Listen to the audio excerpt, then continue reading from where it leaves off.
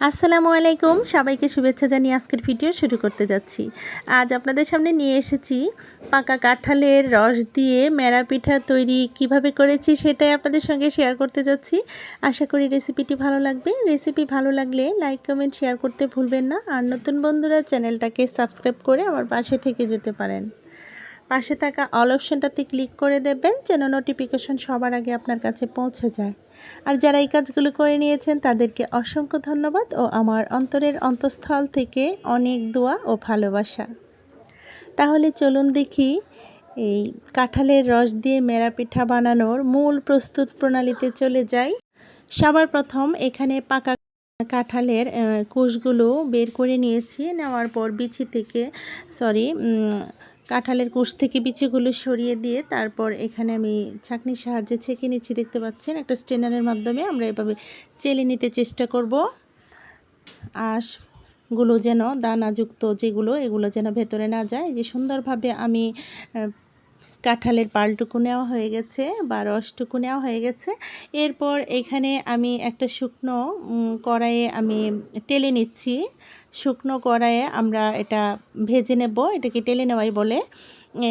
চালের গুঁড়ো এখানে আমি 3 কাপ নিয়েছি, মেজারমেন্ট কাপের 3 কাপ নিয়েছি। আর সামান্য পরিমাণ স্বাদমতো লবণ দিয়ে দিলাম, দিয়ে অনবরতই নাড়াচাড়া করে নিচ্ছি। আর এই পর্যায়ে চুলার আগুনটা অবশ্যই কমিয়ে রাখতে চেষ্টা করব। হ্যান্ড উইক্স দিয়ে আমি নাড়াচাড়া করে নিচ্ছি। এরপর সুন্দর একটা স্মেল বা একটু কালারটা পরিবর্তন হয়ে যাবার পর আমরা একটা বুঝতেই পারবো, তখনই আমরা নামিয়ে নেব যেন পোড়া লেগে না যায়। তারপর আমি একটা বাটিতে ঢেলে নেওয়ার পর যে কাঁঠালের রসটুকু যে বের করে নিয়েছিলাম এখানে আমি আস্তে আস্তে অল্প পরিমাণে দিয়ে দিচ্ছি। পরিমাণ মতো দিয়ে দেব, দিয়ে ভালোভাবে মেখে নেব। আর চালের গুঁড়োগুলো একটু গরম ছিল, সেজন্য আমি একটু একটা চামচের সাহায্যে নাড়াচাড়া করে নিয়েছি। তবে গরম থাকাকালীনই করতে হবে, হাতে যতটুকু সহ্য হয় সেভাবে আমরা এটা মেখে নিতে চেষ্টা করব।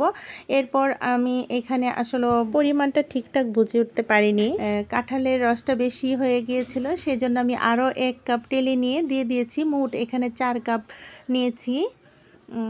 মেজারমেন্ট কাপের 4 কাপ পরিমাণ চালের গুঁড়ো, শুকনো চালের গুঁড়ো নিয়েছি। এরপর এখানে কিন্তু আমি কোনো পানিও দেইনি, দুধও দেইনি। এরপর শুধু কাঁঠালের রসটা দিয়ে আমরা এই মেরা পিঠা বা চই পিঠা বানানোর কাইটা সঠিকভাবে তৈরি করে নেব। পিঠা বানানোর উপযোগী করে নিচ্ছি। দেখতে পাচ্ছেন হাতের সাহায্যে। আসলে বাটিটা ছোট হয়ে গিয়েছিল, বোলটা ওইখানে আমার সুবিধা মনে হচ্ছিল না, আর বেশি গরম ছিল। তারপর আমি একটা ছড়ানো বড় প্লেটে ঢেলে নিয়েছি। নিয়ে হাতের সাহায্যে খুব ভালোভাবে মিশিয়ে নিচ্ছি। এখানে আমরা চাইলে এখানে চিনিও দিতে পারি। কাঁঠালটাতে মোটামুটি যথেষ্ট পরিমাণ মিষ্টি ছিল।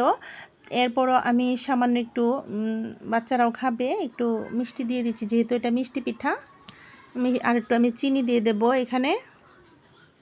আসলে আগে আমি ভেবেছিলাম যে চিনিটা না দিলেই হবে, এরপরও ভাবলাম যে না, আর একটু গাঢ় করি মিষ্টিটাকে, সেজন্য আমি কিন্তু একটু চিনিও নিয়ে নিয়েছি। আমরা আমাদের পছন্দ মতো চিনি দিয়ে দিতে পারি। এখন চিনিটা দিয়ে আবারও ভালোভাবে মিশিয়ে নিচ্ছি। আপনারা চাইলে এখানে চিনি শিরাটা ইউজ করতে পারেন, কোনো সমস্যা নেই। গরম থাকা অবস্থায় দিয়ে দিয়েছি, চিনিটা গলে যাবে। ভালোভাবে ম্যাশ করে নিতে হবে, একদম ভালোভাবে মুথে নিতে হবে। মুথে নেওয়ার পর আমি ঢেকে রেখে দিয়েছি এখানে 15 থেকে 20 মিনিট রেস্টে রেখে দেওয়ার পর 10-15 মিনিট পর এখন আমি পিঠাগুলো বানাবো। হাতগুলো অবশ্যই ভালোভাবে ধুয়ে নিতে হবে, ধুয়ে নিয়েছি। এরপর 2 হাতের তালুতে দেখতে পাচ্ছেন একটা শেপ করে নিচ্ছি। এই পিঠাটা আসলেও এটা দেখানোর বোঝানোর কিছু নেই, এটা দেখে বুঝে নিতে হবে। যারা না পারে অবশ্যই নতুনদের উদ্দেশ্যে বলছি, 2 হাতের মাঝখানে এরকমভাবে গোলাকার করে নিয়ে তারপর এরকমভাবে মেরা পিঠাটা বানাচ্ছি। অনেকে এই পিঠাটাকে বিভিন্ন নামে বলে থাকেন, তো আমাদের এখানে এই পিঠাগুলো যেভাবে বানিয়ে থাকে, এই যে পেঙ্গুইন পাখি, এই পাখিগুলো বাচ্চাদেরকে আনন্দ দেওয়ার জন্য করা হয়। মায়ের কাছ থেকে শেখা, নানিদের কাছ থেকে শেখা, মা, নানি, শাশুড়ি তারাই করতেন এভাবে, ওইখান থেকে শিখেছি। এরপর এই যে আবারও একটা ফুলের শেপ করে নিয়েছি, গোলাকার করে সাইডে একটু আঙ্গুলের সাহায্যে চেপে চেপে এখন বানিয়ে নিচ্ছি। এখানে হাঁড়ি পাতিল, রসের হাঁড়ি বা যাই বলুন না কেন, শখের হাঁড়ি, সেটাও বাচ্চাদেরকে আনন্দ দেওয়ার জন্য এগুলো করে থাকি। এগুলো হচ্ছে আসলে বাঙালির ঐতিহ্য, সেটাই আমি এখানে তুলে ধরেছি। তারপর ভিতরে মিষ্টি টাইপের ছোট ছোট বেবি সুইট বানিয়ে ভেতরে দিয়ে দিলাম। এরপরে যে উপরের ঢাকনাটা বানিয়ে নিচ্ছি আর একটু কাই নিয়ে, তারপর হাতের সাহায্যে, আঙ্গুলের সাহায্যে চতুর্দিকে একটু ফুল আকার করে নিচ্ছি। চেপে চেপে এটা ভালোভাবে সিল করে দেব যেন ছুটে না যায়। দেখতে একদম ফুলের মতো করা হয়ে গেছে।